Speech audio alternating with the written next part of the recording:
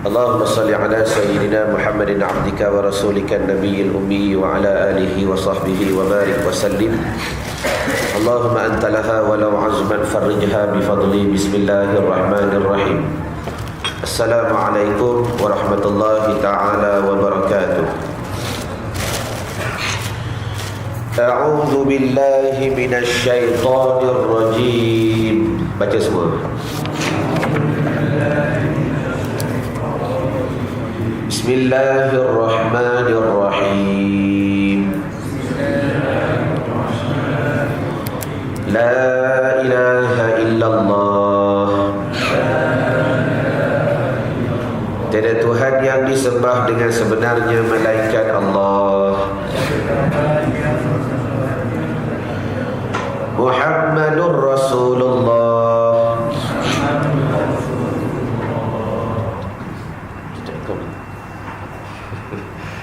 Kita ikut.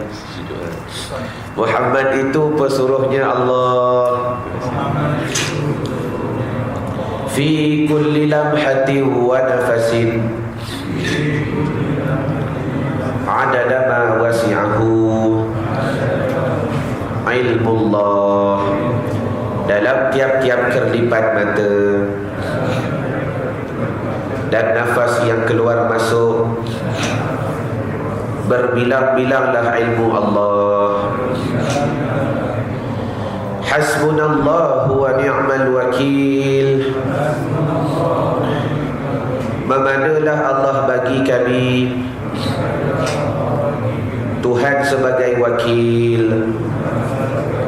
Ni'mal maula, sebaik-baik pelindung.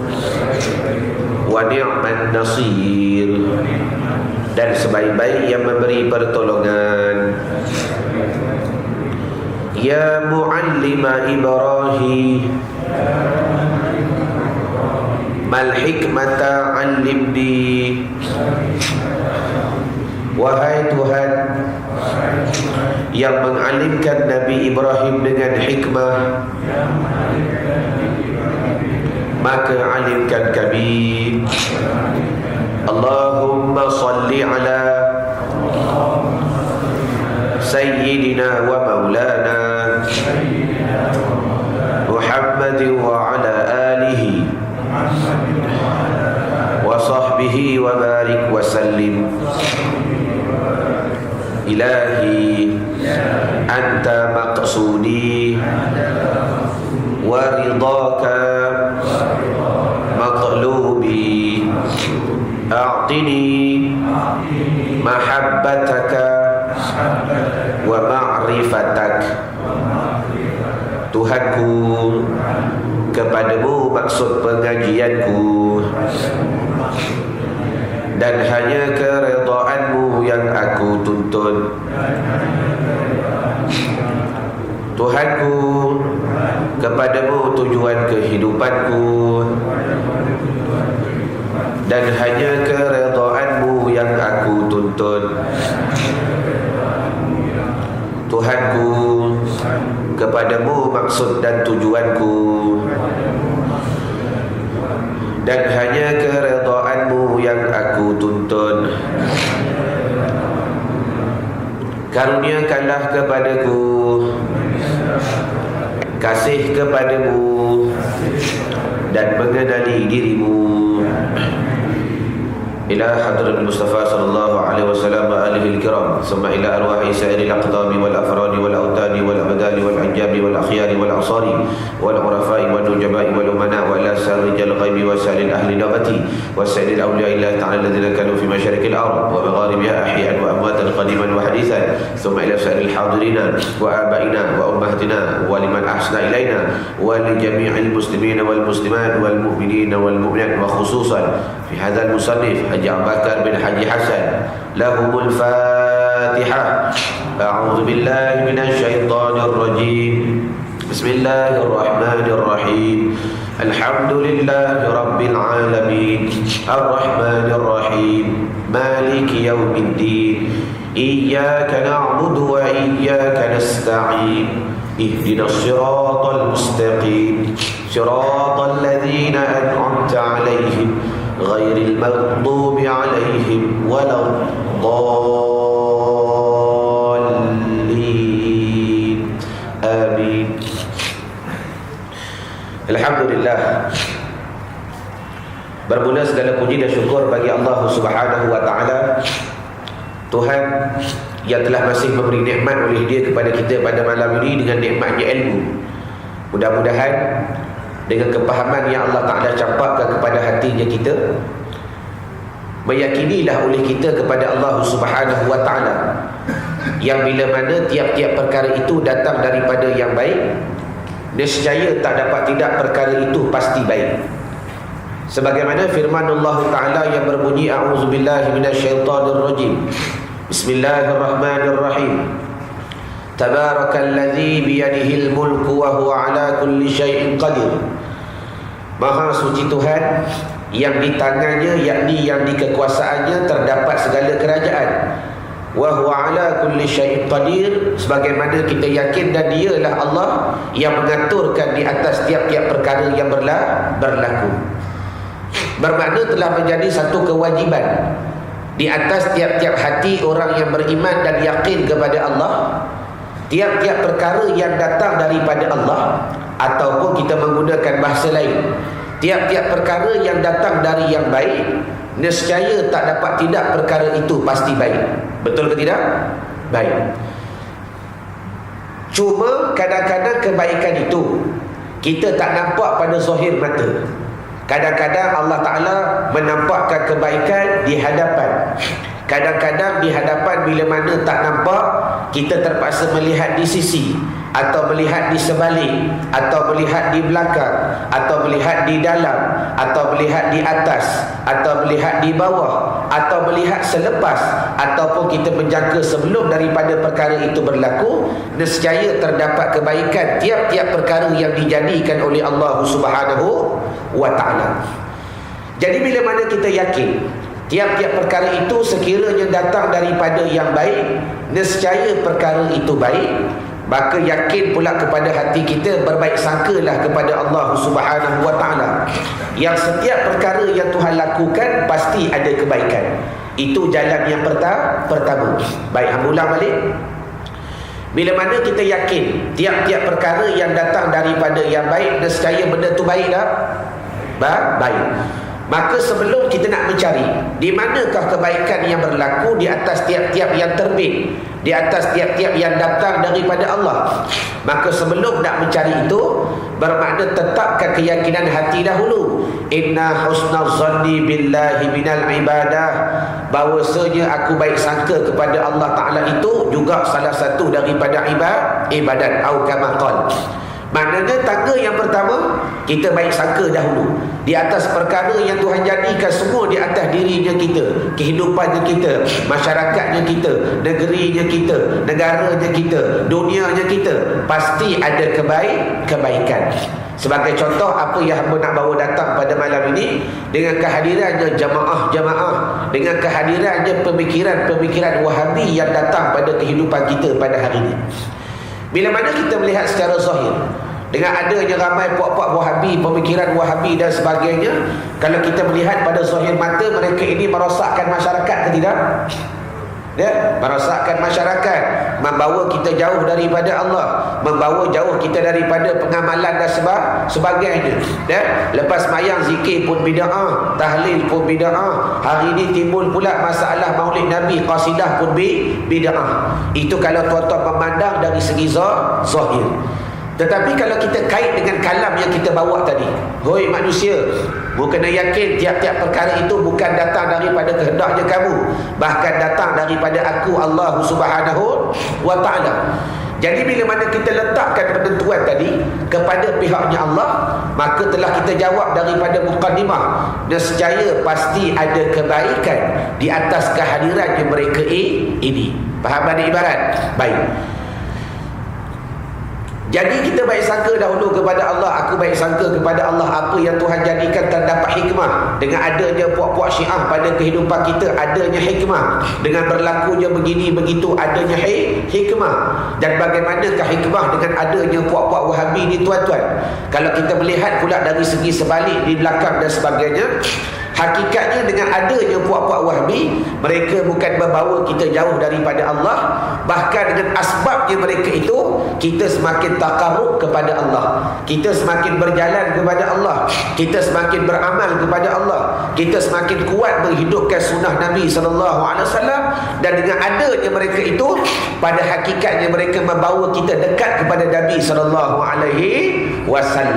Sebagai contoh, satu masalah yang sokmoh hamba bawa datang, yang sering kita lakukan dengan kejahilannya kita sendiri, kadang-kadang tak boleh membedakan antara adat dengan ibadat. Selepas kita salam, Assalamualaikum warahmatullahi, Assalamualaikum warahmatullahi, kemudian kita sapu muka. Dan yang dah tahu ala kulli hal beramal, yang belum tahu dengar pada malam ni. Baik, bila mana kita sapu muka, berapa tahun dah sapu muka? 20 tahun, 30 tahun, 40 tahun, 50 tahun. Tak kala ditanya ketika sapu muka baca apa? Yang depan cuba jawab dulu. Sapu dah. Waktu sapu baca apa? Lambat sangat baju merah. Lepas salam sapu dah. Waktu sapu baca apa? Yang sebelah dia, lepas salam sapu muka dah. Faham ke tak? Sebelah sana, lepas salam sapu muka dah. Tak sapu. Tak sapu tak ada masalah, benda sunat, bukan benda wajib. Baju purple. Dah, yang lagi tunduk lagi aku cari. Allahumma salli ala Muhammad dah. Baik, lepas salam sapu muka dah. Nak tanya sapu muka baca apa? Ke tak baca? Dan di gambaran hamba nak bawa datang, kalau tuan-tuan tak membawa iringan doa, bermakna apa yang kita lakukan bukan ibadat, bahkan namanya adat. Tengok tok guru sapu, kita sapu. Tengok tok imam sapu, kita sapu. Tengok tok bilal sapu, kita sapu. Berapa tahun dah? 30 tahun, 40 tahun, 50 tahun.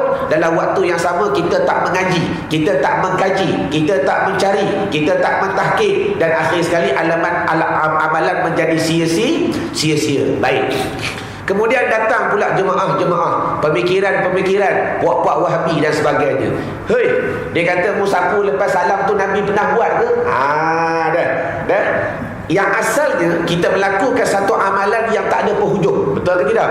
Kita melakukan satu amalan yang tak ada penghujung, tiba-tiba datangnya puak-puak Wahabi, dia memberi kepada kita satu signal yang kita tiba-tiba sampai di persimpangan jalan. Dia kata, ni mu sapu muka lepas salam tu Nabi pernah buat ke? Dia bagi satu soalan. Maka kita pun dah mula terpinga-pinga, Nabi buat ke tidak? Nabi buat ke tidak? Bermakna yang asalnya tuan-tuan beramal tanpa hala tujuan, maka tiba-tiba sampai di simpang tiga. Sekiranya tak ada rahmat Allah, sekiranya tak ada hidayah dan pertolongan daripada Allah, kita akan memilih jalan yang kiri. Betul juga, boleh jadi Nabi tak pernah buat. Dah. Lepas tu kita buat dah. Tak sapu muka dah. Baik, tak ada masalah. Baik. Cuma ada setengah daripada mereka yang Tuhan beri hidayah, yang Tuhan beri kepahaman, ya Allah Ta'ala nak merahmati kepada mereka, dia pilih jalan kanan. Kau dulu, aku nak kata ya pun tidak, nak kata tidak pun tidak. Baik aku mengkaji, baik aku mencari, baik aku mengaji dan sebagainya. Rupa-rupanya tuan-tuan, kalau kita mengaji hadis dari Nabi SAW, banyak riwayat yang menceritakan Nabi sapu muka selepas daripada salam. Bermakna bila kita pilih jalan kanan, tak kata kita betul, tak kata dia betul, tak kata kita salah, tak kata dia salah. Baik aku cari penyelesaian. Cari hadis, cari dalil, jumpa yang dirawikan daripada Ibnu Mas'ud. Setelah aku melihat Nabi memberi salam, dia letak telapak tangan dia mulia di atas ubun-ubun. Nak tahu orang tu mengaji bukan payah. Kalau letak sini, fil. Letak sini, fil. Letak sini, fil. Allahumma salli ala Muhammad. Dan kerana tiap-tiap perkara Nabi dah tunjuk. Dah Nabi letak di atas ubun-ubun. Kenapa letak di atas ubun-ubun? Kerana ubun-ubun tempat keluarnya masuk nur huliyah daripada Allah. Daripada Lauh Mahfuz dia masuk kepada ubun-ubun. Sama ada masuk kepada otak atau masuk kepada hati, yang tu bicara yang lain. Sunat pegang ubun-ubun seraya berkata asyhadu an la ilaha illallahur rahmanur rahim Allahumma adhhib anil hamma wal hazan. Tuan-tuan nak amal isyak sekali lagi, tak payah baca bahasa Arab tak faham. baca bahasa Melayu, ya Allah jauhkan aku dari keluh kesah dan duka cita. Baru jadi ibadat, ya Allah jauhkan aku daripada keluh kesah dan duka cita. Gambaran yang hamba nak bawa datang, kenapa kita menjadi begini? Kerana asbab adanya puak-puak Wahabi, betul ke tidak? Kalau mereka tak datang pada kehidupan kita, adakah kita akan mencari dalil? Dah, dulu kini selamanya sapu muka tak mengaji dah. Dulu kini selamanya sapu muka tak tanya dah. Sebab apa sapu muka? Tengok tok guru sapu, aku sapu. Tengok tok imam sapu, aku sapu. Tanya tok imam pun tak boleh jawab. Allahumma salli ala Muhammad, contoh. Dah. Jadi begitulah juga kepada perkara-perkara yang lain. Bila mana mereka menimbulkan keraguan demi keraguan, hakikatnya mereka bukan membawa kita jauh daripada Allah. Hakikatnya dengan adanya mereka membawa kita semakin hampir kepada Allah. Hakikat dengan ada mereka membawa kita kenal kepada Allah. Dengan adanya mereka membawa kita dekat kepada Allah. Dengan adanya mereka membawa kita kenal kepada Nabi. Dengan adanya mereka bawa kita hampir kepada Nabi. Dengan adanya mereka bawa kita semakin kasih dan beramal dengan sunnah Nabi SAW. Di antaranya juga masalah maulidin Nabi, masalah qasidah, masalah burdah dan sebagainya.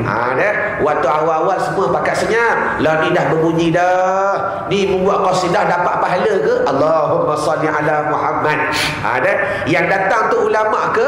Dah, orang lebih kurang macam kita juga. Kadang-kadang sebab kita tak boleh membedakan kalam, kita pun terpinga-pinga. Ya ke tidak Nabi pernah buat ke tidak qasidah ni? Zaman Nabi ada qasidah ke? Allahumma salli ala sayyidina wa maulana Muhammad.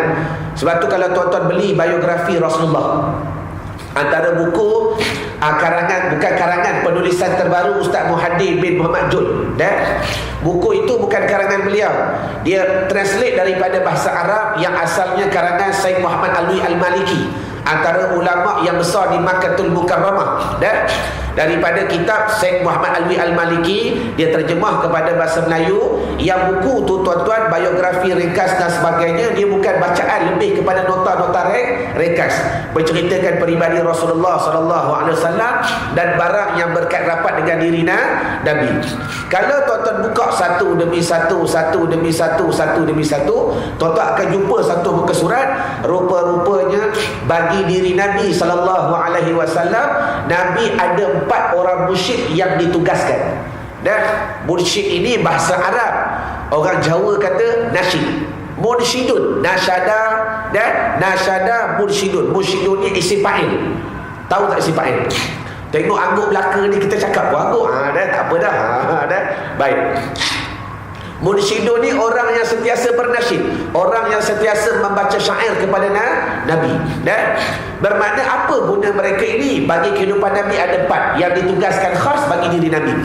Rupa-rupanya ketika Nabi bermusafir, ketika Nabi pergi berdagang, ketika Nabi pergi berniaga, ketika Nabi pergi berperang, ketika Nabi pergi berjalan yang jauh, kebiasaannya seorang atau 2 orang akan duduk dalam robok Nabi. Sudah, robok ni bahasa Melayu. Orang Melayu kata apa? Tu kalau naik kereta kuda tu yang belakang ada kotak tu, biasa dekat atas orang tak barang tu, apa nama dia? Pilot. Tu macam filem Cinderella tu. Allah, nak sebut tak kerti bahasa Melayu ni. Ustaz Anwar. Tu yang kotak tu depan ada kereta kuda. Dan ada seorang bawa, bukan pelana. Kalau pelana dia buat atas. Dah, apa nama kotak tu? Pedati. Dia saya faham sudah lah. Allahumma salli ala Muhammad. Ulama kata al-kalamu wal lafzul murakamul mufidu. Kalam ini beri faham pun tak apa dah. Kita sampai step 3 boleh kata. Dia bercakap dah. Tapi kita faham dah. Dah itu kalam. Faham pun tak apa dah. Allahumma salli ala Muhammad. Walaupun cakap tak betul. Baik. Jadi bermakna seorang atau 2 orang akan duduk dalam pedati dah. Dalam kotak Nabi tu, mudah-mudah fahamlah. Dan mereka buat apa? Mereka akan baca syair, akan baca gurindam. Cuma selepas daripada kerasulan, mereka akan mengulang kaji Al-Quran bersama dengan Nabi, baca syair-syair Arab sehingga Nabi tertidur. Bila Nabi dah tidur tuan-tuan, mereka akan keluar daripada robot tadi, keluar daripada kotak tadi, naik kuda masing-masing, naik unta masing-masing dan sebagainya. Begitu juga pada kehidupannya kita. Masuk kereta kita buat apa? tu aikin. Dah tekan radio, betul ke tidak? Allahumma salli ala Muhammad. Zaman Nabi dah ada lama dah tuan-tuan. Dah bermakna memberi faham kepada kita benda ini satu benda yang telah berlaku di zamannya Nabi SAW. Cuma namun tak dapat tidak, apa yang hamba nak bawa datang mudah. Bila mana kita bersyukur kepada Allah yang kita yakin dengan yakin yang putus, tiap-tiap takdir yang datang daripada yang baik pasti benda itu baik.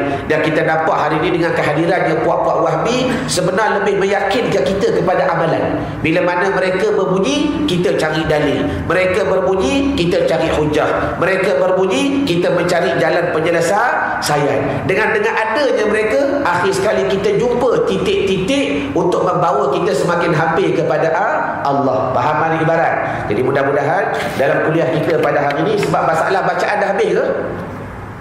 Dah habis dah kan? Dah. Hamba minta dengan tuan-tuan kerana Allah berbincang dengan tuan pengurusi majlis, berbincang dengan AJK, tuan-tuan cari satu hari Sabtu atau hari Ahad. Dah, kalau tuan-tuan sungguh-sungguh nak praktikal seorang-seorang. Dah.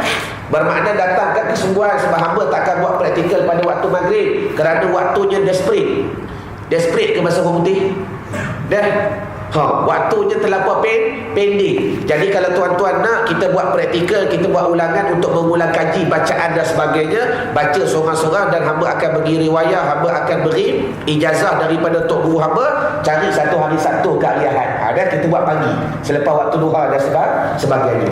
Dan insya-Allah matlamat hamba selepas daripada ini kita akan mula membaca kitab-kitab kecil.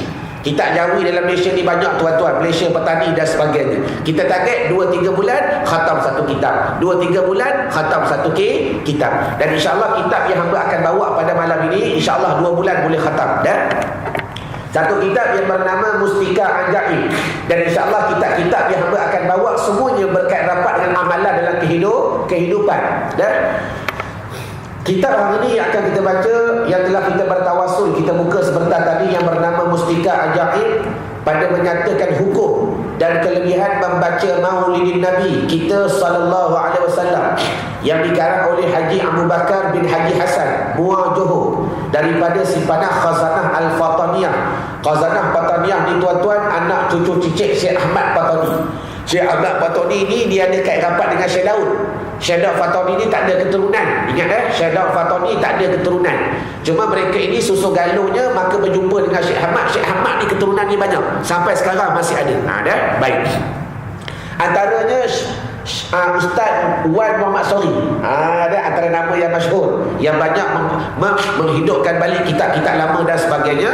Jadi insya-Allah pada malam ini kita akan baca kitab ini. Cuma afwan laku, yang hamba minta tuan-tuan bawa duit RM5. Hamba dah siap photostat dah kemarin hari Sabtu. Cuma lupa hari ni hari Ahad tak buka, kedai tu tutup. Jadi buku tu tak dapat diambil. Ini sekadar yang ada simpanan dalam kereta kuliah minggu lepas, berbaki dan sebagainya. Bermakna mana yang ada ambil dulu. Baik, wallahu alam. Dan hamba minta pada kuliah yang akan datang, walaupun sekali lagi tuan-tuan tengoklah kitab Jawi lama, ambil juga walaupun kita tak boleh baca. Kerana bila simpan kitab-kitab ulama ni berkat dah. Yang kedua, kalau kita tak boleh baca, mudah-mudahan anak boleh baca. Wallahu alam. Itu kaedah nak menjaga karamah kitab dan sebagainya. Baik. Buka surat depan sekali. Bismillahirrahmanirrahim. Qala al-musannifu rahimahullahu ta'ala wa nafa'na bi barakati ulumihi fid daraini amin ya rabbal alamin.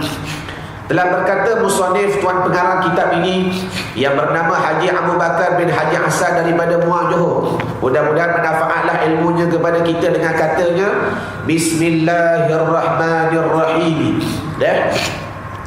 Aku mula membaca kitabku ini bergantung dengan nama Allah Tuhan yang Maha Pemurah lagi Maha Mengasihani. Kalau tuan-tuan baca kitab kena bawa abtadi'u kitab ni. Kalau bagi pengarang, aku mula mengarang kitabku ini. Itu kalau mengaji bahasa Arab. Kalau mengaji kitab sungguh tuan-tuan, bismillah ni saja kita 1 jam kita syarah. Kalau mengaji pondok, bismillah ni saja 1 jam kita syarah. Kalau hamba syarah kepada tuan-tuan, sekali lagi bukan tuan-tuan pening, hamba pening nak bagi faham. Allahumma salli ala Muhammad. Jadi kita mengaji secara umumi sudah. Baik. Aku berlindung dengan Allah. Aku berlindung dan abtadi'u, aku memulai membaca kitabku ini bismillah, bergantung dengan nama Allah. Nak cerita nama Allah tu hebat dah, belum zat Allah lagi. Nama Allah tu hebat dah. Kita tengah-tengah mengaji, maka tiba-tiba dia khabarkan, YB datang. Dah kenal belum? Kita tanya pada YB mana? Kita berasa nak bangun. Betul ke tidak?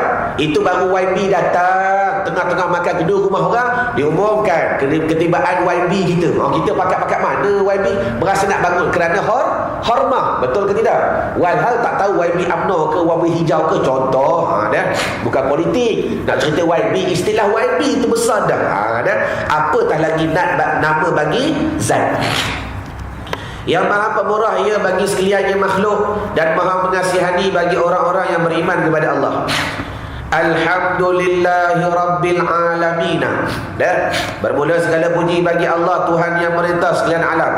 Wassalatu wassalamu ala sayyidina Muhammadin sayyidil mursalina wa ala alihi wa ashabihi ajma'ina.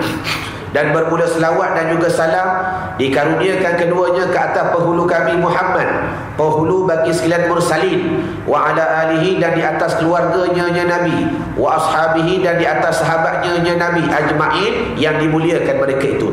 Amma ba'du. Maka pada 5 Safar tahun Hijrah 1350 bersamaan 22 Jun tahun Masihi 1931. Berapa tahun dah? 2014 tolak 1931.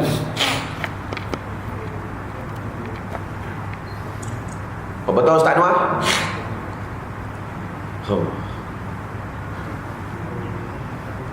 Ya, 83 tahun. Dah baik.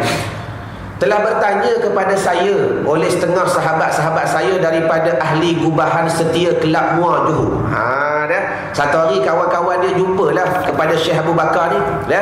Dia tanya apa hukum membaca kisah Maulidin Nabi SAW dalam bulan Rabiul Awal. Dia tanya soalan pertama, ni hukum dia baca Maulid Nabi ni boleh ke tidak dalam bulan Rabiul Awal?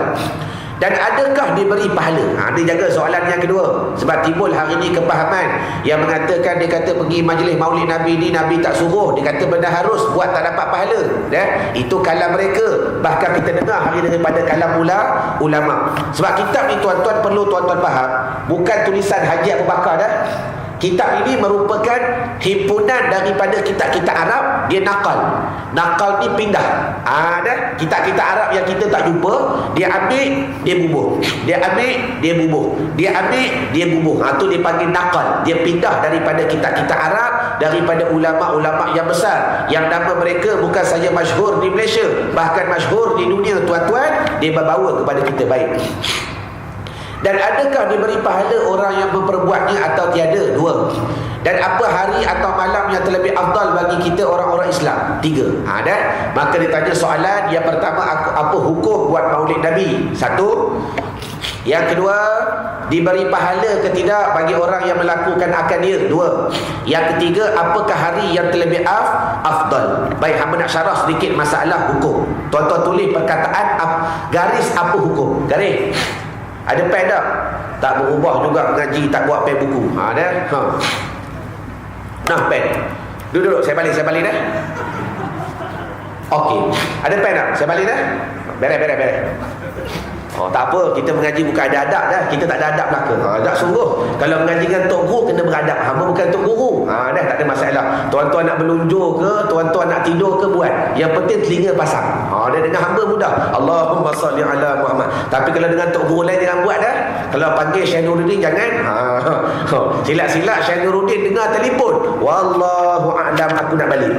Sudah tu Syekh Nuruddin adab tinggi. Allah, kita hamba tak mampu nak buat baik. Jadi garis perkataan hak hukum. Jadi ringkasnya hamba nak beri faham mudah supaya tuan-tuan tidak terpedaya dengan kalam-kalam puak-puak Wahabi. Kerana hari ini bila sebut dalil, bila sebut sikit-sikit minta dalil, sikit-sikit minta hujah. Ni buat ni apa dalil, buat ni apa hujah. Baik. Sebelum ulama nak mengeluarkan hukum, bukan semata-mata diistimbatkan daripada Quran dan hadis. Hamba syarah reka-reka mudah. Maknanya begini, kita jangan terpedaya. Sikit-sikit bila ada satu benda baru, mana dalil? Betul tidak? Bila sebut dalil, tidak semestinya berpandukan daripada Quran dan hadis. Tak. Dan banyak hukum yang berlaku pada dunia Islam tak ada Quran, tak ada hadis. Habis itu ulama ambil dari mana? Sebab tu dasar istinbat untuk mengeluarkan hukum-hukum fiqh ada 12. Hamba sebut saja tuan-tuan dengar sekadar nak ambil sunnah. Dah faham tak faham tu nombor 2. Quran, hadis, ijma' ulama, istishab, istihsan, maslahatul mursalah, sadduz zara'i, amal ahli Madinah, mazhabus sahabi, al-uruf, syar'u man qablana. Semuanya ada 12. Sebagai contoh, amal ahli Madinah, perbuatan ahli Madinah. Tuan-tuan belajar sirah. Selepas wafatnya Nabi SAW, ahli Madinah buat tarawih berapa rakaat? Syekh? 40 rakaat. Yang 60 tu sedikit sangat. Yang masyhur 40 rakaat. Mana dalil? Nabi pernah buat dah? Cuba jawab. Dah? Di Mekah pun 20. Puak-puak Wahabi Malaysia tak jumpa dalil. Yang peliknya di Mekah buat 20. Di Malaysia 8 bergaduh dah. Dah ni masalah yang berlaku. Jadi jangan kita meletak mentaliti kita bila semua hukum Quran hadis dah. Hukum nak keluar melihat kepada 12 tempat pun punca. Sebagai contoh, hukum baca Yasin malam Jumaat. Dalam Quran tak ada. Bukan tak ada, dalam Quran ada dalil, tapi tak ada dalil yang khas. Dalil yang umum ada. Kan Allah Ta'ala suruh baca Al-Quran sentiasa. Yasin Quran ke tak? Quran. Dalam hadis dalil yang khusus tak ada. Dan Nabi tak sebut baca Yasin malam Jumaat. Nabi tak sebut. Cuma Nabi sebut baca surah Kahfi. Nak tanya tuan-tuan, kalau surau nak buat majlis baca surah Kahfi pada malam Jumaat, agak-agak larat tak? Cuba jawab ikhlas. Seorang pun sejam setengah tak habis tuan-tuan dah. Seorang. Ini kan jemaah dah. Mau 2 jam. Bermakna dalil yang soreh tak ada. Dari mana ulama istilah hukum? Tengok. Dia ambil daripada dalil yang am. Dah? Mana dalil yang am? Dalil am Quran, Allah Ta'ala suruh perbanyakkan baca Al-Quran. Betul tak? Dalil am hadis, Nabi kata apa? Barang siapa membaca surah Yasin daripada satu malam dan malam yang seterusnya. Ayat tu umum, Nabi tak sebut bila. Maka Allah Ta'ala akan menjadikan kifarat dosanya di antara kedua malam. Dah? Maknanya Nabi tak sebut malam Isnin ke, malam Khamis ke, malam Sabtu ke. Betul tidak? Nabi tak sebut tengah hari ke malam, Nabi sebut malam. Bermakna ulama ambil hadis tadi, dia menggunakan pula dalil yang keberapa? Quran, hadis, ijma', qiyas, istihsan. Ulama melihat pula apa kebaikan dia. Dah? Dia ambil daripada dalil istihsan, tengok pula apa kebaikan. Hari ini manusia makin jauh daripada Al-Quran ke atau semakin dekat dengan Al-Quran? Cuba tuan-tuan jawab. Jauh. Dengan kehidupan kita dalam keadaan global dan sebagainya, nak baca Quran begitu payah. Dan bukan payah, kita lah yang buatkan dia payah. Bermakna ulama tengok banyaknya manusia jauh daripada Al-Quran, maka dihidupkan baca Yasin malam Jumaat di atas 3 dalil tadi. Pertama, dalil umum, Tuhan suruh perbanyak baca Al-Quran. Kedua, dalil umum, dan Nabi kata barang siapa baca Yasin pada satu malam, diikuti malam yang seterusnya, di antara 2 malam itu kafarah dosa daripada Allah. Dia rujuk dengan istihsan. Baik, benda ni bukan bid'ah pun, Nabi tak larang. Kalau tak buat begini, orang baca Quran tak baca langsung dah. Maka timbul satu hukum, sunat baca Yasin malam Jumaat. Kerana apa? Nak menghidupkan Al-Quran. Jelas, boleh nampak gambaran yang berlaku. Dah? Sebab tu ingat, bila tuan-tuan sebut apa hukum, jangan terpedaya. Mana Quran? Mana hadis? Mana Quran? Mana hadis? Allahumma salli ala Muhammad. Sedangkan hadis begitu banyak, kita yang bertanya pun tak jumpa banyak sangat. Baik, habis. Laju sangat ke? Laju. Okey, baik. Dan apa hari atau malam yang terlebih afdal bagi kita orang-orang Islam? Maka apakala adalah pertanyaan sahabat saya itu dalam perkara yang sangat berharga. Tengok, ulama tengok benda ni bukan soalan mudah-mudah, bukan soalan yang nampak lekeh, dia kata soalan dia berharga sangat dan besar faedahnya baginya yang bertanya, dan bagi kita yang mengaji pada malam ini, dan bagi saudara-saudara kita yang Islam yang tiada mengetahuinya. Lalu saya menjawab kepadanya dengan perkataan saya, insya-Allah taala akan saya tuliskan jawapannya bagi pertanyaan tuan itu. Baik.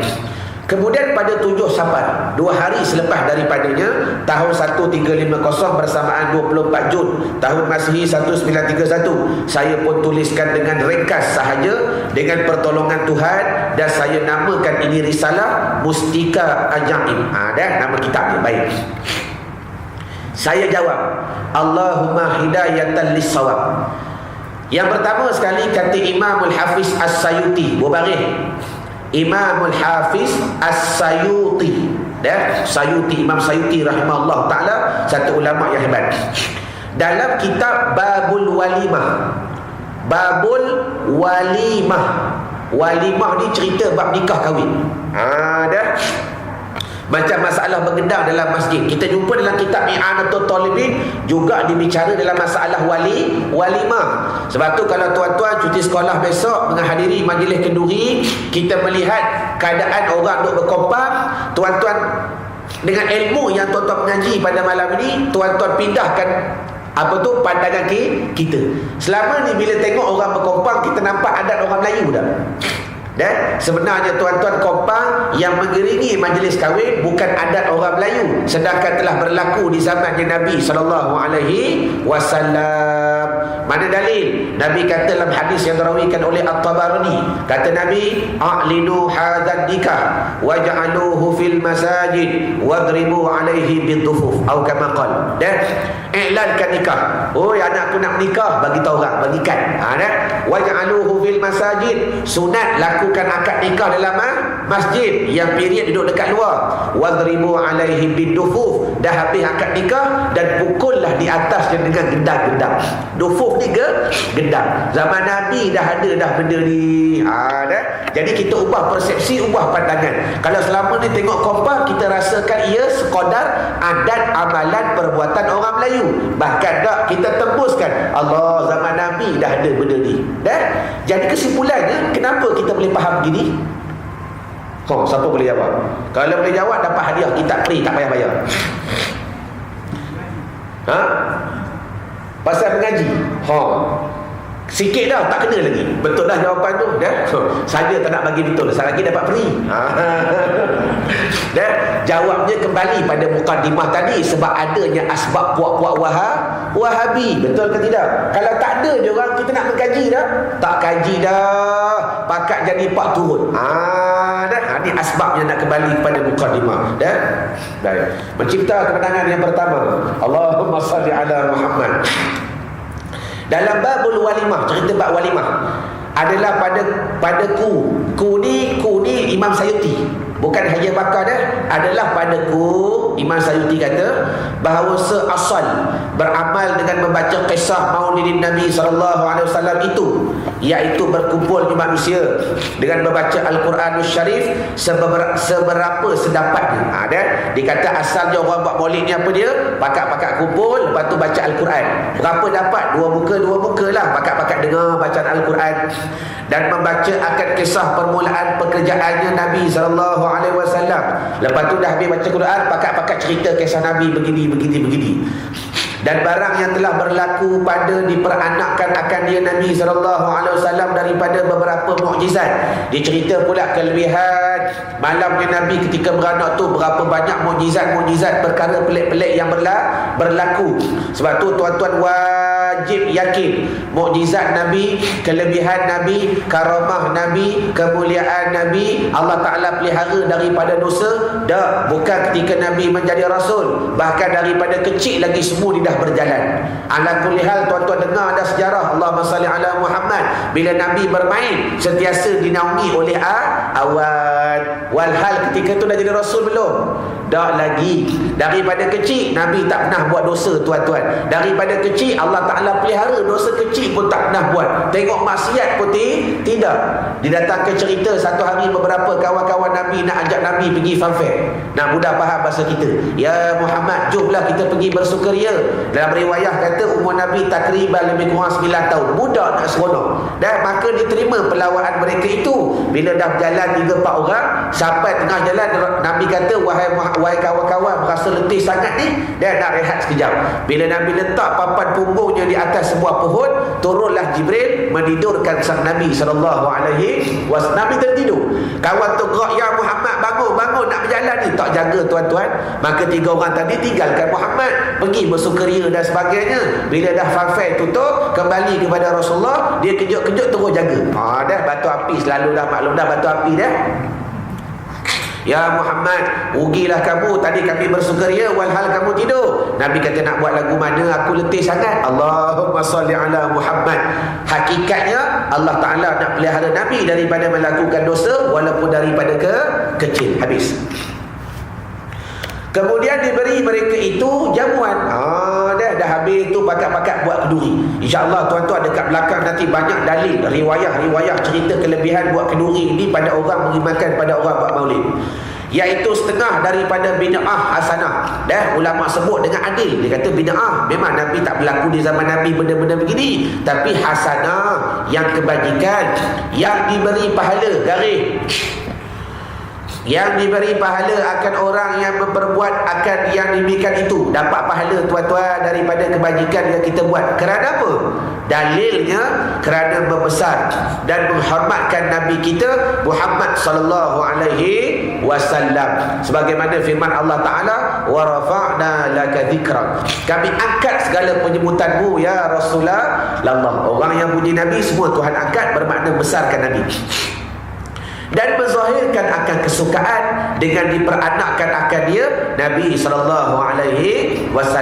Bermakna dengan apa yang kita lakukan, kita berseronok pada hari Nabi dilahirkan. Usah kata kita berseronok, Nabi sendiri berseronok. Dia tanya, ya Rasulullah, kenapa Tuhan suka berpuasa pada hari Isnin? Nabi kata, pada hari itu aku dijadikan, pada hari itu aku diperanakkan. Tapi diperanakkan pada hari Isnin, sebab tu Nabi suka berpuasa pada hari Isnin. Nabi pun ingat hari jadi dia. Baik.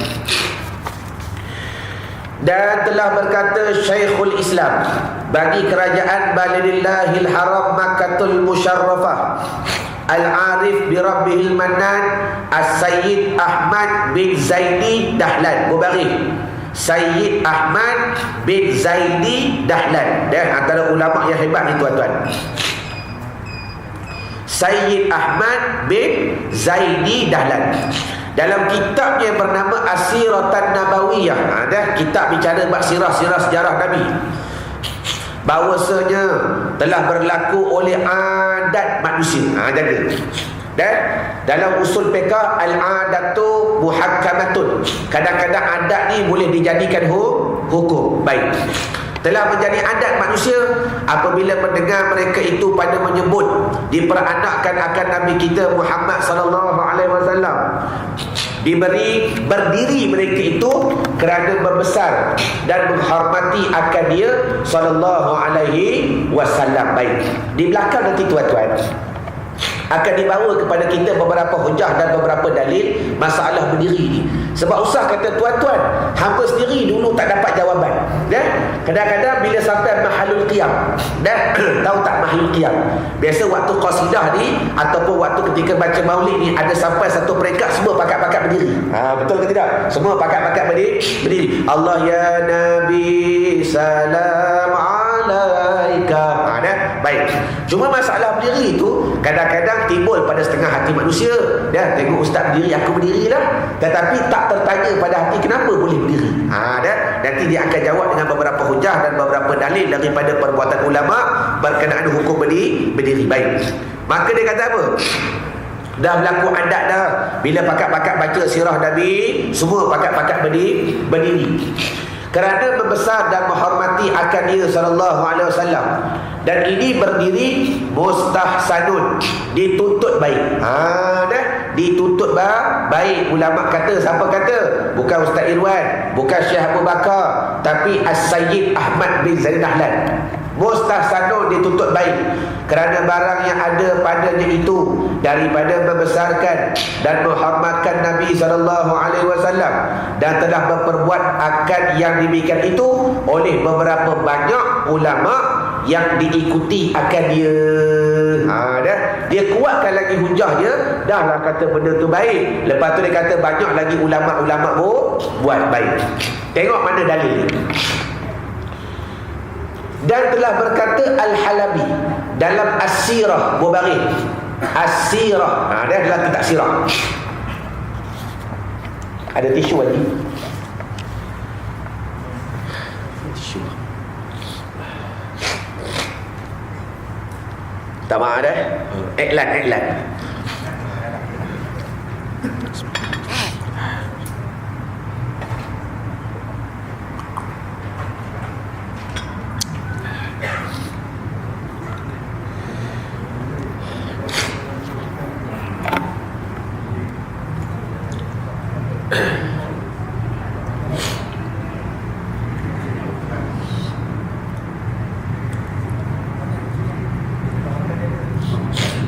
Baik, sambung.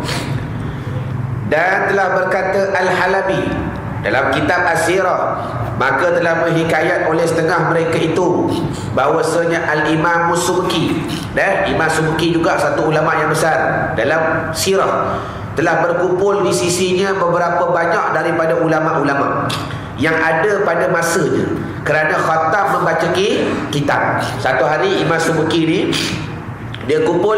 Terima kasih. Ada dah Ustaz? Terima kasih. Barakallahu lana wa lakum. Dia orang perempuan punya ni. Dia rajin buat begini. Allahumma salli ala Muhammad. Terima kasih.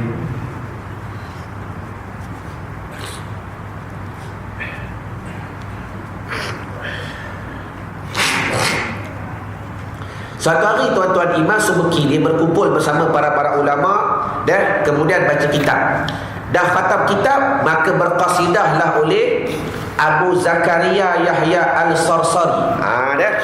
Sebab tu tuan-tuan masyhur, memang di mana-mana pondok kebiasaan kami bila habis khatam satu kitab pakat-pakat berqasidah. Sebagaimana 2 tahun lepas yang kami buat di Pondok Bongeng Negeri Sembilan, bila mana ada 2 syekh datang daripada Syria mengajar kepada kami, mengkhatamkan kepada kami Sahih Muslim dan Sahih Tirmizi. Sahih Muslim tuan-tuan, mari. Ada belakang bawah sini. Ni ada dah. Tak apa dah. Ambil berkat dia. Terima kasih. Barakallahu lana wa lakum. Baik.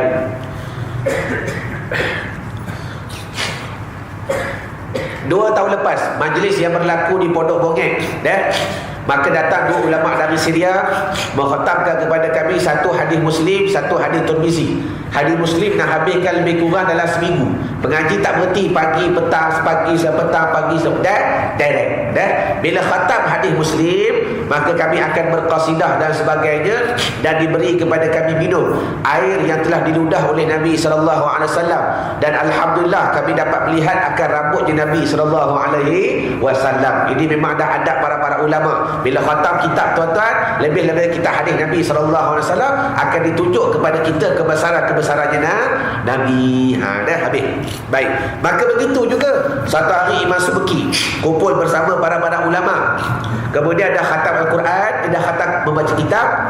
Barulah seorang laki-laki bernama Zakaria Yahya Al-Sarsari Bubarih. Zakaria Yahya Al-Sarsari Al-Hambali. Al-Hambali ni bukan nama dia, mazhab dia. Sebab tu Al-Hambali tuan, Imam Hambali, Imam Ahmad Ibn Hanbal antara ulama yang menghafal hampir 1 juta hadis. Imam Syafi'i hafal hampir baru 700,000. Imam Ahmad Ibn Hanbal antara ulama yang menghafal hampir 1 juta hadis. Dan antara ulama yang syadid, Orang nak mengaji dengan Ahmad bin Hanbal begitu payah. Suatu hari datang seorang laki-laki, "Ya Ahmad bin Hanbal, aku nak akan anak murid kamu." Imam Ahmad bin Hanbal masuk dalam rumah, dia bagi satu kitab, menghafal kitab ni. Dia ada 10,000 hadis Nabi SAW. Kawan tu hafal lah, gedak-geduk, godeng, tuan-tuan. Dah habis hafal 10,000 hadis Nabi, dah dia jumpa Imam Ahmad bin Hanbal. "Ya Imamuna, wahai imam kami, aku dah hafal dah 10,000 ni. Bilakah kita boleh start mengaji?" Dah konon-konon dah dipilih jadi anak murid lah. Tuan-tuan tahu Imam Ahmad bin Hanbal kata apa? "Dah, kamu tak layak lagi jadi anak murid aku, sebab hadis yang kamu hafal tu semua hadis maudhu'." Allahumma salli ala Muhammad. Cerdiknya, bukan strategi ulama nak cari anak murid. Dia kata yang kamu hafal semua tu 10,000 hadis maudhu', hadis palsu. Dia bagi lagi kitab, muhafal lagi 10,000 kalau nak jadi anak murid aku. La ilaha illallah. Orang yang nak jadi anak murid Ahmad bin Hanbal kena hafal sekurang-kurangnya 20,000 hadis Nabi, 10,000 hadis maudhu'. Kerana apa? Bila kamu dah tahu mana tercela, mudah aku nak mengajar kamu mana yang bersih. Dah tahu dah hadis palsu, mudah kita menghafal hadis sahih dan sebagainya. Ini strategi ulama. Dah habis. Al-Hambali rahimahullah ta'ala pada setengah qasidahnya dalam perkara memuji akan Nabi SAW yang demikian mujinya, qalilun limadhil Mustafa al-khatubi zahabi ala waraqin min hatil asani man katabi. Tuan-tuan boleh baca katabi, ilmu arut tak ada masalah.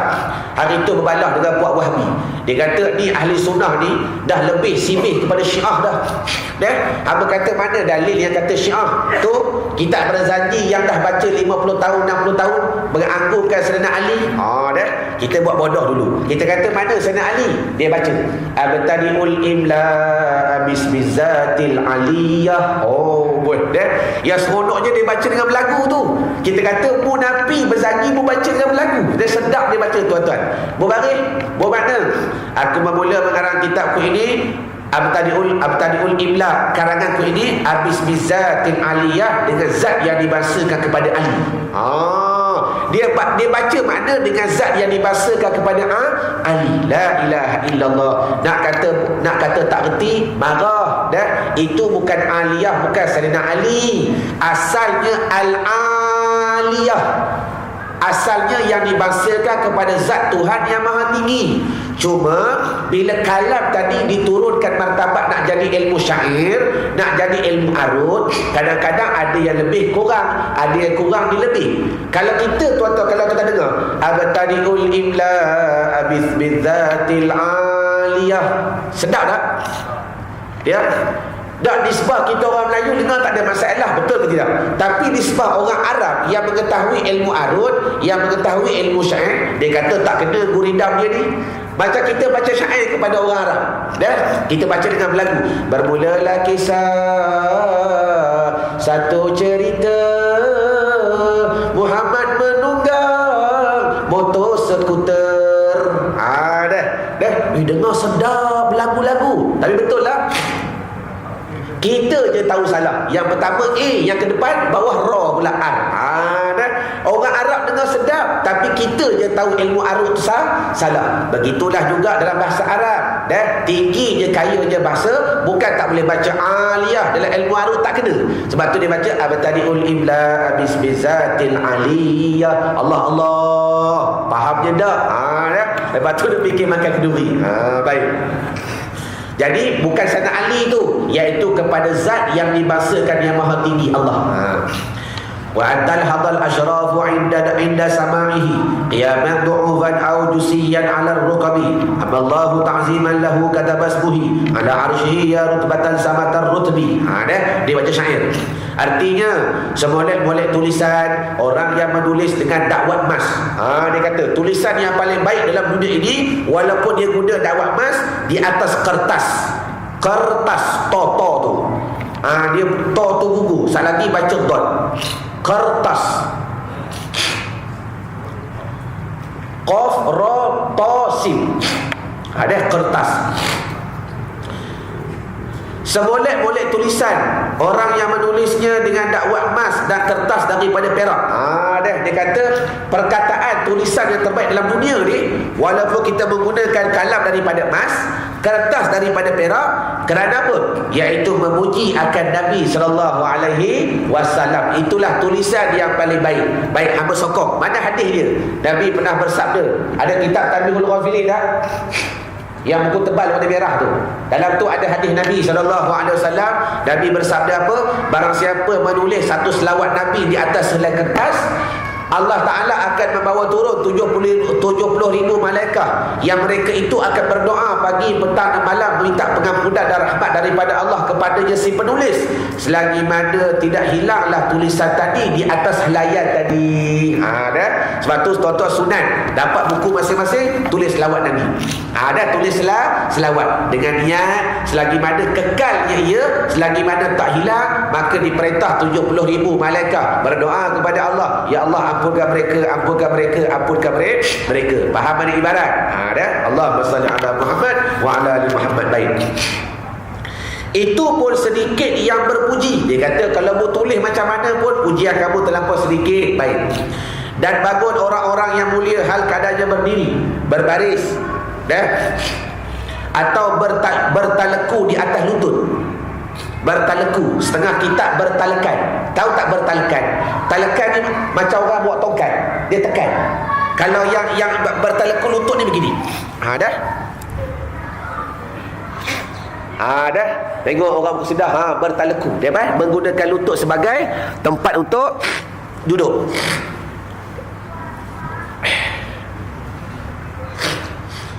Mendengar akan kisah diperanakkannya Nabi SAW.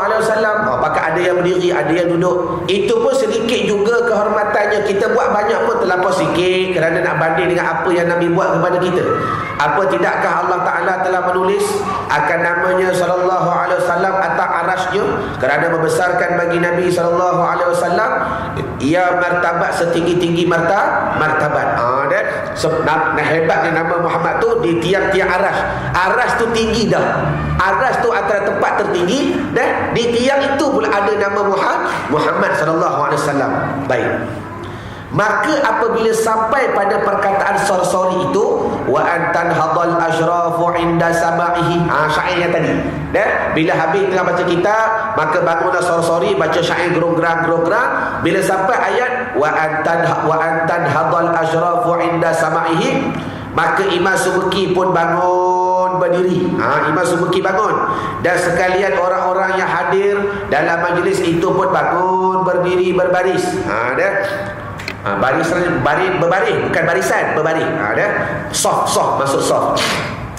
Kerana bersetuju dan mengesahkan barang yang disebut akan dia as-Subki oleh as-Sarsari itu. Maka dengan sebab itulah jadi kesukaan dan kerakyat yang besar dalam majlis itu. Allahumma salli ala Muhammad. Jadi hujah yang seterusnya, Imam Subki pun tuan-tuan, bila sampai satu peringkat dalam nak memuji Nabi SAW, dia pun berdiri. Jadi bermakna apa yang kita lakukan ada tontonan, ada perlakuan para ulama yang mereka dah mengkaji hadis Nabi lebih daripada kita. Baik. Kata Abu Syamah Bubarih, kata Abu Syamah, guru kepada Syekh Imam Nawawi. Imam Nawawi ni guru dia banyak. Batu orang dahulu tuan-tuan, ulama dia, guru dia hampir ribuan, bukan ratusan, hampir ribuan.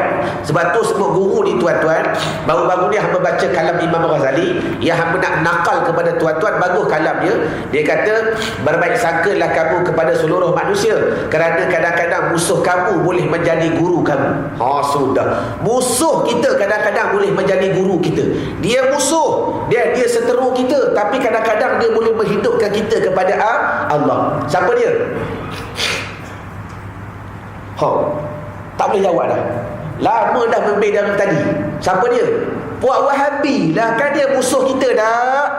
Ni nak beri faham, nampakkan kebaikan yang berlaku. Dia musuh kita. Tu bid'ah, ni bid'ah, tu tak boleh buat, ni tak boleh buat.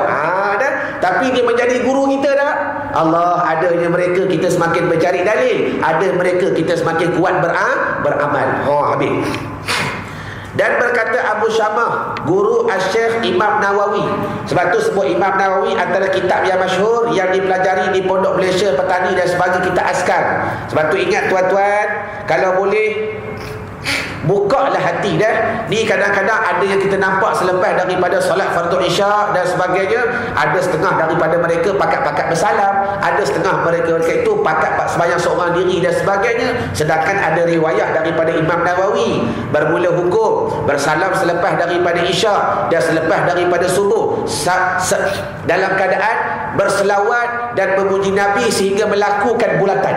Dah Imam Nawawi sebut dah berapa tahun dah, 1000 tahun dahulu anak murid Imam Syafi'i. Dah lama dah benda ni berlaku. Lepas solat fardu subuh, lepas solat fardu isyak, lepas maghrib tak afdal. Dah sebab lepas maghrib tu kalau salam tu apa dia? Nak balik je. Allahumma shalli. Sebab tu lepas maghrib tak usah bersalam. Dah. Tapi kalau orang holok kita salam dah. Tak salah pun, bukannya haram. Dah. Cuma tak usah biasa lepas maghrib biar dulu sebab pakat-pakat nak mengaji ni. Salam sat lagi lah lepas isyak. Salam sambil berselawat dan sehingga melakukan bulatan. Hukumnya asalnya harus. Tetapi bila bersalam tu jadi sunat. Bila berselawat tu jadi sunat. Kerana disokong hadis yang umum, bila bersalamlah dua orang kamu, Allah Ta'ala akan mengkifaratkan dosa keduanya selagi mana tak bercerai di tangan keduanya. Sebab tu amalan ni zahirnya tak nampak, tapi hakikatnya mencantikkan hati-hati kita dan memesrakan di antara masyarakat. Bila bersalam, aku ada dosa dengan dia, tak sedar, Tuhan ampun, Tuhan ampun, Tuhan ampun. Faham ada ibarat? Ustaz kata orang lain, kadang-kadang kita dengan AJK pun berasa hati. Bila kita bawa satu usul, dia tak setuju. Contoh, maka bila bersalam balik, Allah Ta'ala mengkifaratkan dosa keduanya. Baik. Dan berkata Abu Syamah, guru Asy-Syaikh Imam Nawawi, dan setengah daripada sebaik-baik perkara yang diadakan pada zaman kita Imam Nawawi. Dah kita ni bukan Imam Nawawi, guru kepada Imam Nawawi. Abu Syamah ni kata ni, pada zaman kita, iaitulah barang yang diperbuat akan dia pada tiap-tiap tahun pada hari yang bersamaan bagi hari diperanakkan Nabi kita Muhammad SAW, dengan bersedekah dan menzahirkan perhiasan dan kesukaan.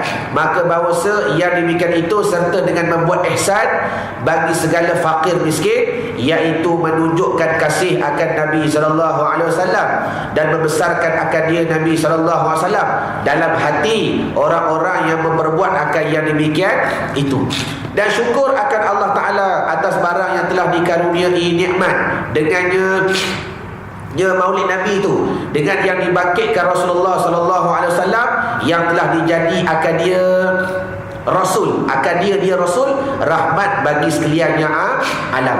Jadi telah berkata Abu Syamah, guru bagi Imam Nawawi. Bermakna Abu Syamah ni tuan-tuan antara ulama yang besar yang melahirkan ilmuwan yang hebat, Imam Nawawi. Dia kata kita bila mana datang majlis maulid Nabi SAW, satu perkara yang sebaik-baik perkara yang diadakan pada zaman kita. Dan telah berkata Al-Khasawi, berbaris, sebut nama ulama dapat pahala dah. Tengok wajah ulama dapat pahala dah. Mana dalil? Kata Nabi, melihat Kaabah itu ibadat, melihat Quran itu ibadat, melihat wajah ulama itu ibadat. Tengok Kaabah, rumah kita sunat pun gambar Kaabah. Tengok tu dapat pahala. Wa imma Kaabah yang zahir atau gambar. Tengok Quran dapat pahala. Tengok wajah ulama dapat pahala. Kerana apa? Dengan kita melihat mereka membawa hati kita kasih dan ingat kepada Allah. Dan telah berkata Al-Khasawi, bahawasanya membaca kisah maulid Nabi itu, iaitu telah dijadikan kemudian daripada kurun yang ketiga. Sejarah dia pula, orang yang mula menghidupkan pada kurun yang ketiga, kemudian daripada 300 tahun daripada hijrahnya Nabi SAW. Kemudian sentiasalah ahli-ahli Islam daripada sekalian negeri yang besar-besar membaca mereka itu akan kisah maulid Nabi dan bersedekah pada malamnya dan bermacam-macam sedekah, dan mengamati mereka itu dengan membaca kisah maulid Nabi SAW, dan nyatalah mereka itu berkat dan kelebihan yang am. Dan telah berkata Ibnul Jauzi, setengah daripada barang yang telah dicoba. Dah. Belum yakin ni baru nak test. Setengah daripada barang yang telah dicoba, bahawasanya orang yang membuat akad yang demikian itu adalah ia aman dalam tahun itu. Dia orang dah buat satu research, dah buat satu uji kaji.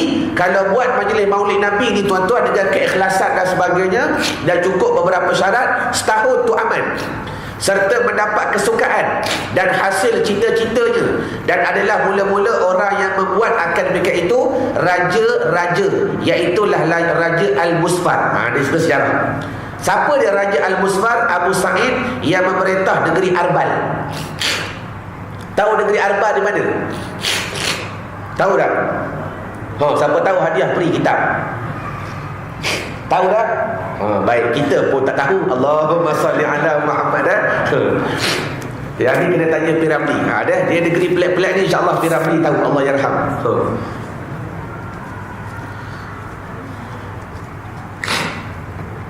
Dan kata As-Sabat Ibnul Jauzi, As-Sabat Ibnul Jauzi dalam kitab Mara'atuz Zaman, telah menceritakan kepadaku oleh setengah orang-orang yang hadir dalam setengah jamuan Raja Musfar itu. Raja Musfar dia buat majlis maulid Nabi ni besar-besaran. Dia buat apa dia panggil itu hari tu apa?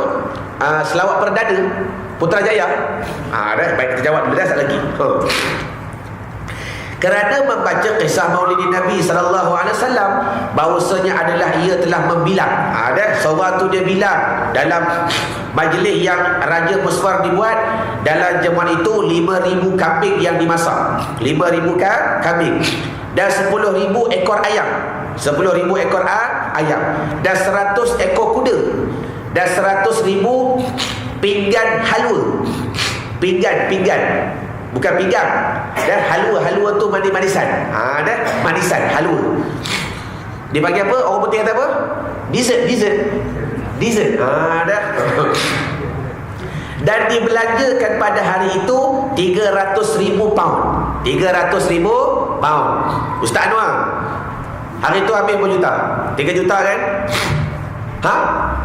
Lebih kurang 3 juta. Tengok Allah Ta'ala dah buktikan sejarah. Tak jauh tuan-tuan, ni habis berapa ribu? 300,000 pound. Yang tu habis 3 juta. Lari jauh dah. Dah yang nombor 3 tu. Nak cerita rahsia ni Tuhan boleh ulang balik tuan-tuan. Dan beberapa banyak ulama-ulama dan ahli sufi yang hadir dalam jamuan itu, serta dipasang akan bara-baraan. Pasang bara-baraan ni bukan kemian yang orang nak jual, yang apa dia? Apa nama dia? Bukan stangi. Stangi tu betul dah. Ada bahasa Arab dia. Bakhur. Bakhur, wangi-wangian tu. Ingat tuan-tuan, kalau bakhur ni ada riwayah daripada sahabat, kalau tuan-tuan pergi mana-mana majlis maulid Nabi, dibawa bakhur kepada kita, sunat tuan-tuan hantarkan ke muka dengan niat membersihkan kepada wajah zahir dan batin dengan kewangian tadi. Tarik. Baik.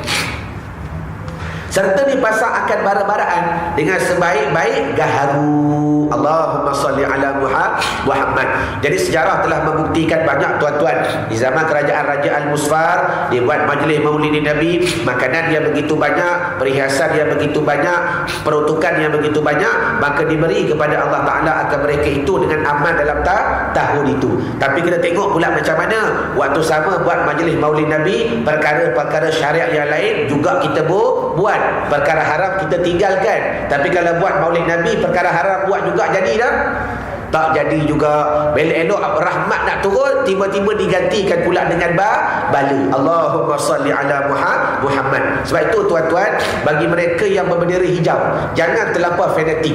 Sebab ada banyak kawan-kawan kita dia kata, dah apa Najib buat kita tak boleh sokong. La ilaha illallah. Buka hadis sahihul Bukhari. Nabi pernah mengajar adab kepada kita. Tolonglah kamu akan orang yang zalim dan orang yang dizalimi. Hadis sahih. Nabi kata orang zalim pun kita kena tolong, orang yang dizalimi pun kena tolong. Sahabat tanya, ya Rasulullah, orang yang dizalimi kami faham nak tolong lagu mana? Apa maksud tolong orang yang zalim? Maka kata Nabi, tolong orang zalim itu di antaranya membawa mereka jauh daripada memperbanyakkan menjatuhkan kemungkaran. Bila kita sokong majlis maulid, majlis dipanggil apa? Selawat perdana, berapa banyak malam tu konsert yang dibatalkan? Betul ke tidak? Lepas Lepas tu dia buat balik benda haram, tu antara dia dengan Allah. Cuma bila kita sokong satu kebaikan, maka mudah-mudahan meruntuhkan 10 kejahatan yang lain. Di kaedah, jangan terlampau fanatik sangat. Dah takut duit bazir, duit mari dari mana tak? Contoh, la ilaha illallah Muhammadur Rasulullah. Dan cara yang terbaik nak bantu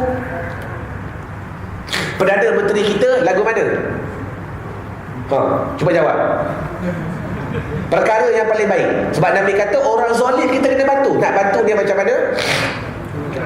Suruh dia berehat, ganti orang lain. Allahumma salli ala Muhammad. Kita bantu dia dah.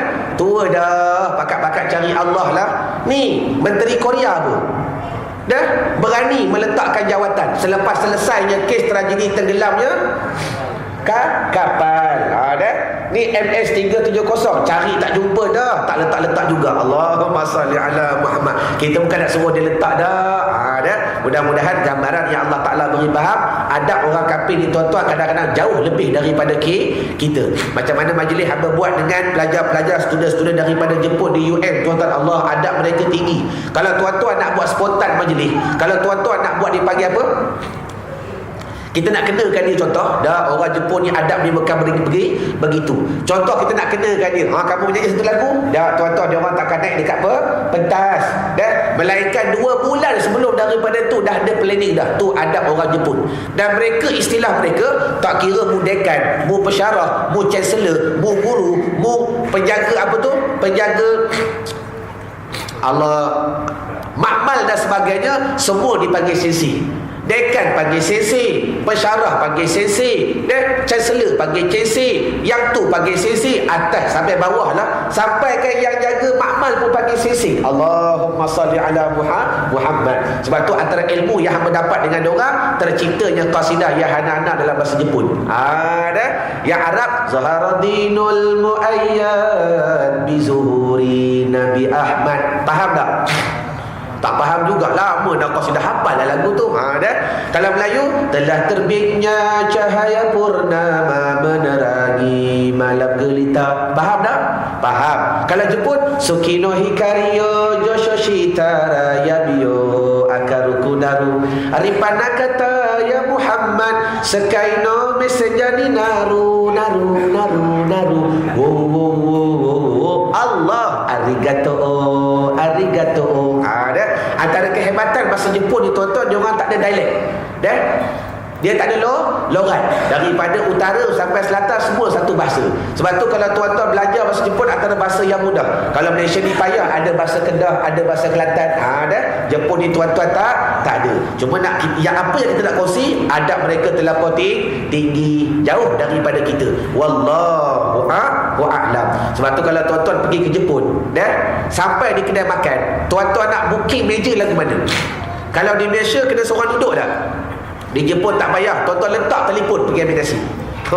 Dah. Kalau telefon hilang 3 hari, dia sampai hantar pergi rumah. Allahumma salli ala Muhammad. Telefon hilang, tak payah cari, balik rumah. Selagi 3 hari ada orang hantar. La ilaha illallah Muhammadur Rasulullah. Jadi mudah-mudahan kita berhenti kepada kalam dan telah mengeluar oleh Hafiz Ibnu Hajar akan dalil dah beramal membaca kisah Maulid Nabi sallallahu alaihi wasallam. Wallahu a'lam. Tak faham tanya, tak tanya faham. Mana tak dapat kitab tu, kuliah akan datang, insya-Allah bawa datang dah. Baik.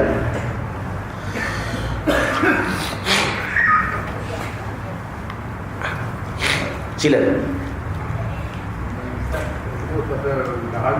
Ya. Gaharu ni dia punya harga kadang jatuh RM20,000 lah. Betul.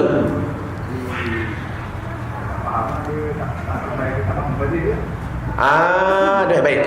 Yang pertama sekali begini. Yang pertama sekali yang jadi masalah mahal tu bila mana nak dapat tu payah. Dah. Tuan-tuan faham dah istilah berniaga, betul tidak? Dah. Dipanggil apa? Permintaan dengan apa? Tak ingat dah istilah ekonomi. Demand supply. Dah. Bermakna bila payah barang nak dapat dengan kos dan sebagainya, bermakna harganya mahal. Tetapi kita maklum dah ni banyak dah gaharu-gaharu yang jenis celup dan sebagainya. Jadi jawapannya mudah. Pekah ni mudah. Kalau kita kata gaharu mahal, yang Nabi nak zahirkan wangi-wangian, betul tidak? Baik. Sekarang ni ada pilihan tak? ada pilihan. Bila mana ada pilihan, kalau kita kata membeli mahal bazir, kita pilih benda-benda wangi-wangian yang lain yang padan dengan keadaan kita, yang padan dengan kewangan kita, mudah-mudahan dengan niat nak menghidupkan sunnah Nabi, iaitu wangi-wangian. Macam setengah orang pergi ke Mekah, kalau dia mampu beli sebotol yang 200-300, ala kulihal bagi diri dia mampu ke tidak? Mampu berbazir tak? Tak, bagi diri dia. Yang kita nak hidupkan sunnah tak mampu nak beli mahal, beli yang 2-30 ringgit, yang 10 ringgit pun tak apa dah, bermakna dengan niat nak menghidupkan sunnah Nabi SAW.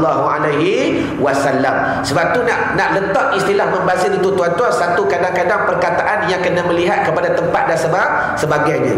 Sebab perkataan ini ditanya kepada hamba masalah majlis selawat perdana yang diadakan oleh kerajaan, hampir 3 juta malam tu habis tuan-tuan. Dan orang datang bagi sejadah, dikhabarkan sejadah habis 100,000, betul Ustaz? Dan sejadah dibagi, sejadah bagi buku sejadah. Kalau 100,000, harga satu berapa? 10 ringgit. Buatlah kata 10 ringgit. Kalau 10,000, 100,000 tak sejuta. Dan air lagi dan sebagainya, penyewaan sewa tempat. Habib Syekh datang, kita jawab di Radio Al-Musfar berapa banyak dihabiskan pada malam itu, cuma dengan syarat nak menghidupkan maulidin Nabi SAW. Jadi istilah membazir ini perlu kita faham apakah makna membazir, apakah takrif membazir, kemudian kita letak kena tak kepada takrif. Kalau tak kena tuan-tuan, mudah-mudahan kita memahami istilah-istilah yang dibawa datang oleh ulama fiqh dan sebagainya. Wallahu a'lam habib. Bismillahirrahmanirrahim. Ar-Rahman 'allama al-Quran, khalaqal insana 'allamahul bayan. Asy-syamsu wal qamaru bihusban wan najmu wasyajaru yasjudan. La tuharrik bihi lisanaka lita'jala bih. Inna 'alaina jam'ahu wa qur'ana. Fa idza qara'nahu fattabi' qur'ana.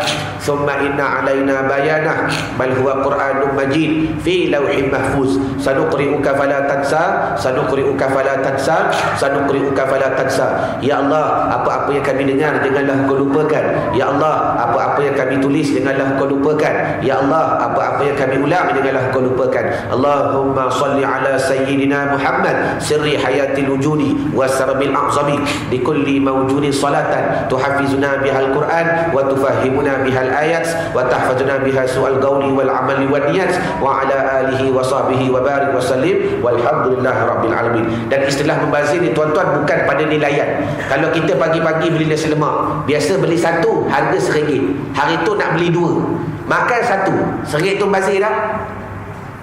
Sudah. Hari-hari beli 1, berasa lapar sangat nak beli 2. Dah beli 2, 1 je makan. Lagi 1 apa dia? RM1,000 ke harga dia? RM1 membazir juga. Allahumma salli ala Muhammad. Dan bukan ia pada nilaian. Wallahu a'lam. Assalamualaikum warahmatullahi taala wabarakatuh.